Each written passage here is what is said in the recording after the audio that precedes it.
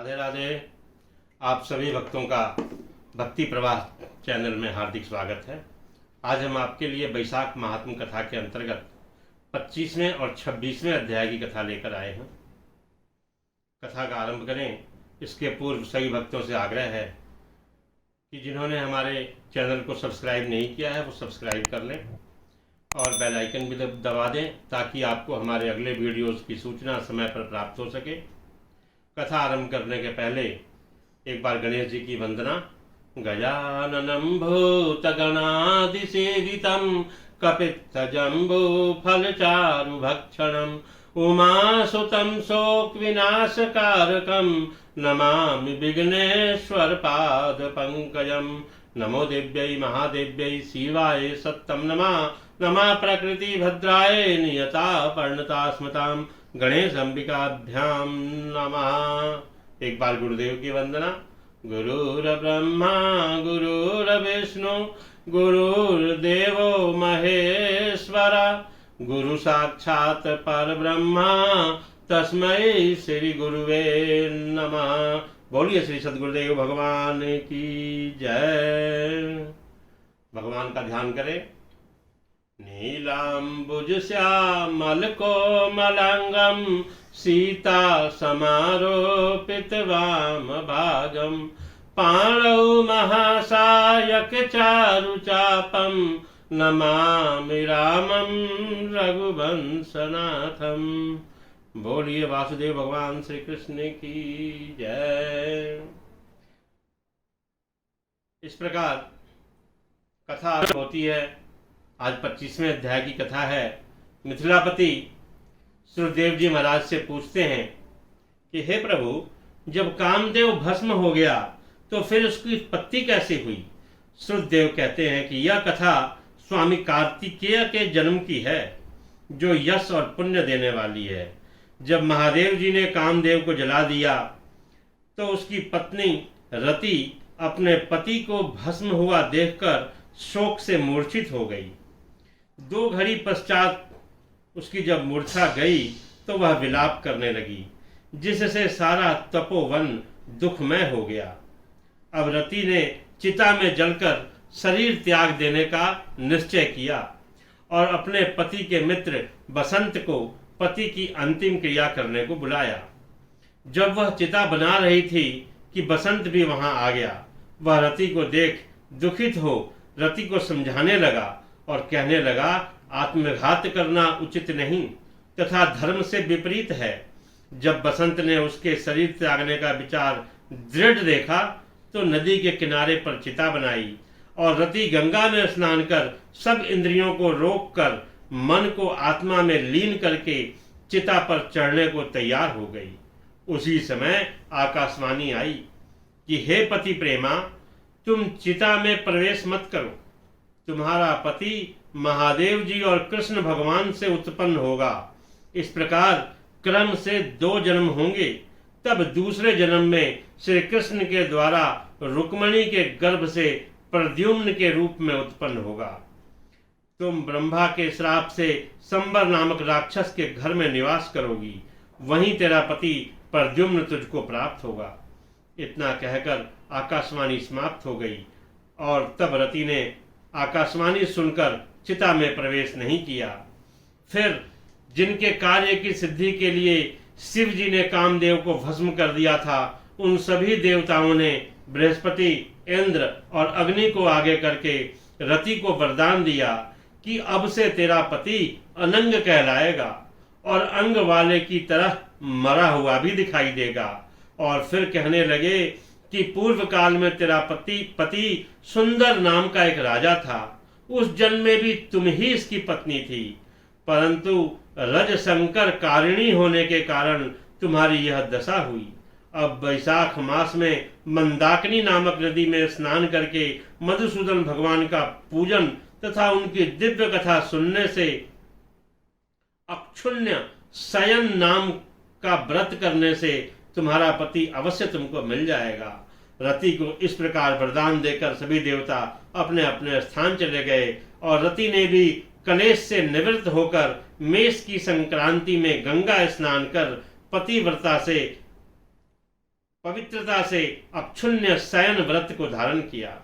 इस व्रत के करने से उसको उसी समय कामदेव दिखाई दिए। उसने वैशाख मास में कर्तव्य धर्म नहीं किया था, इस कारण परमात्मा का पुत्र होने पर भी अंगहीन हुआ।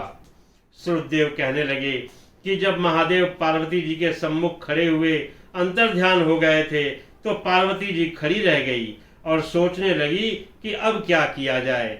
तब उनके पिता हिमाचल उन्हें अपने घर पर ले आए, परंतु पार्वती श्री शिव जी के गुणों पर इतनी मुग्ध हो गई कि उन्होंने अपने मन में धारण करके गंगा तट पर जाकर घोर तपस्या आरंभ कर दी। भोजन आदि छोड़कर तप करते करते बड़ी बड़ी जटाएं उनके सिर पर हो गई। इस प्रकार 1000 वर्ष तक शिव जी की आराधना करती रहीं। एक दिन सायंकाल के समय श्री महादेव जी पार्वती की परीक्षा करने के लिए ब्रह्मचारी वेश का धारण करके उनकी पर्णकुटी में आए और उनकी अचल भक्ति देखकर कहने लगी कि हे भद्रे, जो तुम्हारे मन में हो वरदान मांग लो। तब पार्वती जी बोली कि मैं तो यही मांगती हूँ कि आप मेरे पति हों। तथास्तु कर शिव जी ने सप्तऋषियों को बुलाया और उपस्थित होने पर आज्ञा दी कि तुम हिमाचल के पास जाकर विवाह का प्रस्ताव रखो। सप्तऋषि चारों तरफ प्रकाश करते हुए आकाश मार्ग से हिमाचल के घर पहुंचे। राजा ने उनका यथोचित पूजन आदि से सत्कार किया। तब ऋषियों ने कहा कि हे राजन, तेरी कन्या पार्वती पहले दक्ष की कन्या सती थी, जिसने अपने पिता के यज्ञ कुंड में गिरकर अपने प्राण त्याग दिए थे। इनका पानी ग्रहण करने के योग्य सिवाय शिव के और कोई नहीं, इसलिए तुम अपनी कन्या का विवाह श्री शिव जी के साथ कर दो। तब हिमाचल ने कहा, मेरी कन्या ने तो छाल के वस्त्र पहनकर गंगा तट पर शिव जी के साथ विवाह करने के लिए अनशन व्रत धारण किया हुआ है, सो उसकी मनोकामना पूर्ण हुई। आप महादेव को जाकर कहें कि मैं प्रीतिपूर्वक अपनी कन्या उन्हें अर्पण कर दूंगा, आप उसको अंगीकार करें। फिर हिमाचल कन्या के विवाह के प्रबंध के लिए सोचने लगे। उधर सप्तऋषि महादेव के पास पहुंचे, विवाह निश्चित करके चले गए। इसके बाद निश्चित तिथि पर लक्ष्मी आदि सभी देवियों और विष्णु आदि सभी देवताओं ने विवाह महोत्सव देखने के लिए बारात लेकर और महादेव जी बैल पर आरूढ़ होकर चारों ओर भूत गणों से सेवित शंख मृदंग आदि बाजों के साथ बंदी जनों के समूह सहित ऋषि गणों की वेद ध्वनि के साथ में हिमाचल के घर में प्रवेश किया और सुंदर शुभ मुहूर्त लगन शुभ ग्रहों की दृष्टि में हिमाचल ने अपनी कन्या श्री पार्वती जी श्री महादेव जी से कर दिया। महोत्सव के पूर्ण होने पर श्री शिव जी लौकिक धर्म का पालन करने लगे। संपूर्ण रिद्धि और सिद्धियों से युक्त इंद्र के भवन के समान हिमालय के शिखर पर, नंदिनी के तीर पर, वन के बीच में जहां भंवरे गूंजते हैं और पक्षी अपना सुंदर शब्द करते हैं, पार्वती के साथ 1000 वर्ष तक रमण करते रहे। जब श्री शिव जी पार्वती के संग रमण कर रहे थे, लेकिन गर्भ की स्थिति नहीं हुई। देवताओं को चिंता हुई और सब मिलकर इसके कारण को सोचने लगे कि नित्य ही पार्वती का गर्भस्राव हो जाता है, हमारा कार्य सिद्ध नहीं हो रहा। फिर विचार कर अग्निदेव को बुलाया और उन्हें समझाया कि जिस समय महादेव जी रमण कर चुके हों, तुम उनके सामने चली जाना। पार्वती तुमको देखकर लज्जा के मारे वहां से हट जाएंगी और तुम शिव जी को अपनी बातों में लगा लेना और शिष्य समान के समान बहुत से प्रश्न करना तथा समय लग जाने पर पार्वती जी की गर्भ स्थिति हो जाएगी। अग्निदेव ने ऐसा ही किया और रमण के समय वहां पहुंच जाने से पार्वती जी वस्त्रहीन होने के कारण लज्जा के मारे रमण छोड़ एक तरफ हो गई। शिव जी महाराज को ऐसे समय में अग्निदेव का आना बड़ा बुरा लगा और उन्होंने श्राप दिया कि मेरा वीर्य तुम्हारे मुख द्वार से तुम्हारे उदर में प्रवेश करे। तब अग्नि ने उस वीर्य को अपने उदर में धारण किया और 10 महीने बीतने पर उस तेज वीर्य को गंगा जी में डाल दिया। गंगा जी भी उसको सहन न कर सकी और उसको सरकंडों में फेंक दिया और वहां पर उसके 6 हिस्से हो गए। तब ब्रह्मा जी ने 6 कन्याओं को भेजा। उन्होंने उन 6 भागों को जोड़ा, जिससे 6 मुख और 1 अंग ऐसी आकृति का बालक बन गया। वह बहुत दिनों तक उन सरकंडों में ही रहा। एक दिन श्री महादेव जी और पार्वती जी बैल पर चढ़े जा रहे थे कि सहसा पार्वती जी के स्तनों से दूध की धारा बहने लगी। तब पार्वती जी ने श्री महादेव जी से इसका कारण पूछा तो महादेव बोले, हे देवी, मैं इसका कारण कहता हूँ। देखो, यहाँ पास में ही तुम्हारा पुत्र पड़ा हुआ है। और फिर श्री महादेव जी ने पिछली सारी कथा पार्वती जी को सुनाई और कहा कि उसी को देखकर तुम्हारे स्तनों में दूध आ गया, क्योंकि वह तुम्हारा ही पुत्र है। महादेव की यह बात सुनकर माता पार्वती ने उस बालक को उठा लिया और अपनी गोद में बिठाकर अपने स्तनों का दूध पिलाने लगी। इस प्रकार पार्वती जी पुत्र स्नेह में मुग्ध होकर उसको कैलाश ले गई और उसका पालन पोषण करने लगी। सूर्यदेव जी कहने लगे कि राजन, यह कुमार कार्तिक के जन्म की कथा मैंने तुमसे कही। इस प्रकार वैशाख महात्म की कथा के अंतर्गत ये 25वें अध्याय की कथा यहाँ समाप्त होती है। तब तक एक बार भगवान का ध्यान करें, इससे पहले कि 26वां अध्याय शुरू करें। गोविंद जय जय गोपाल जय जय, गोविंद जय जय गोपाल जय जय, राधा रमन हरि गोपाल जय जय, राधा रमन हरि गोविंद जय जय, गोविंद जय जय गोपाल जय जय, गोविंद जय जय गोपाल जय जय, राधा रमन हरि गोविंद जय जय, राधा रमन हरि गोपाल जय जय। भक्तों, 26वें अध्याय की कथा कहते हैं। मिथिलापति कहने लगे कि हे ब्राह्मण, आपने कामदेव की स्त्री रति का वर्णन किया और उसकी अक्षुण्य व्रत को धारण करने की कथा भी मैंने सुनी। अब कृपा करके बतलाएं कि इस व्रत की विधि क्या है। यह वार्ता सुनकर श्रुतिदेव कहने लगे कि इसका विधान पहले श्री हरि ने लक्ष्मण जी से कहा था, मैं वही तुम्हें सुनाता हूं। इस व्रत के करने पर श्री लक्ष्मीपति भगवान प्रसन्न हो जाते हैं। श्रावण शुक्ला द्वितीया को इस व्रत को धारण करना चाहिए। चातुर्मास्य में हविष्यान्न भोजन करना चाहिए तथा श्री लक्ष्मी नारायण का पूजन करना चाहिए। चातुर्मास्य व्यतीत होने पर विधिवत इसका पालन करें।